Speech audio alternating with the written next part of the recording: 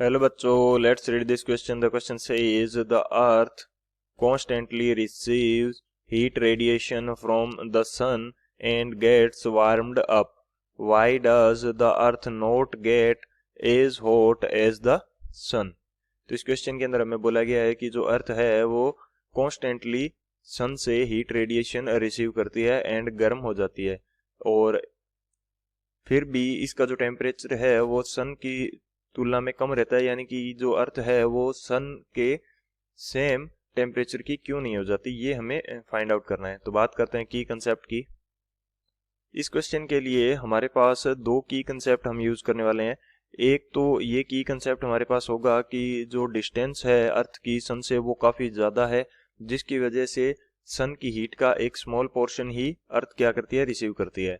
And second की concept हमारे पास क्या होगा कि अर्थ क्या है कि अपनी सराउंडिंग्स के अंदर कुछ हीट को रेडिएट भी करती रहती है। तो जितना ये हॉट होती है या वार्म अप होती है उतना ही ये हीट लॉस के कारण कूलर भी हो जाती है, जिसकी वजह से इसका टेम्परेचर जो है सन की तरह इतना ज़्यादा हाई टेम्परेचर नहीं हो पाता।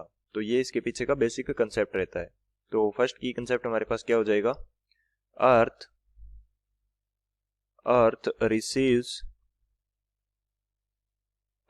receives only a small amount earth receives only a small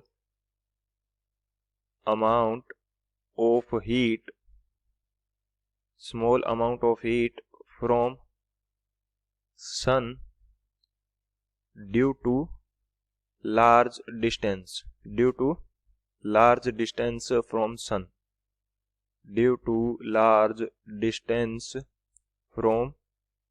sun तो एक तो ये हमारे पास की कंसेप्ट हो जाएगा। सेकंड की कंसेप्ट हमारे पास क्या होगा, अर्थ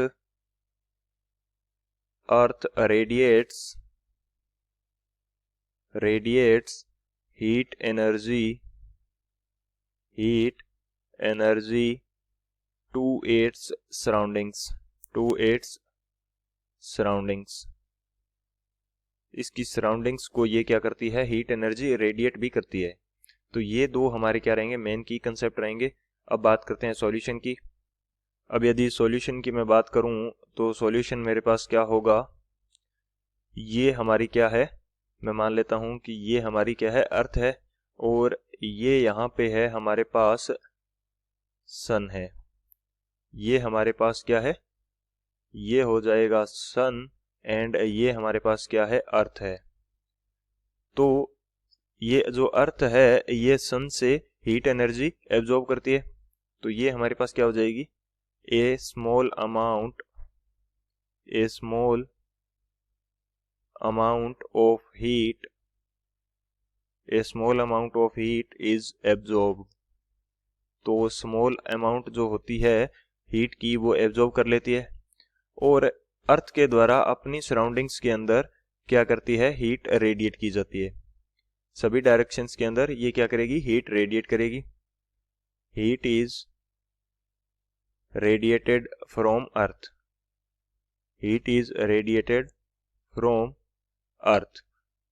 अर्थ से हीट रेडिएट भी की जाएगी। सो इसका जो टेम्परेचर है वो इतना ज़्यादा गर्म नहीं होता या इतना ज़्यादा हाई टेम्परेचर नहीं हो पाता।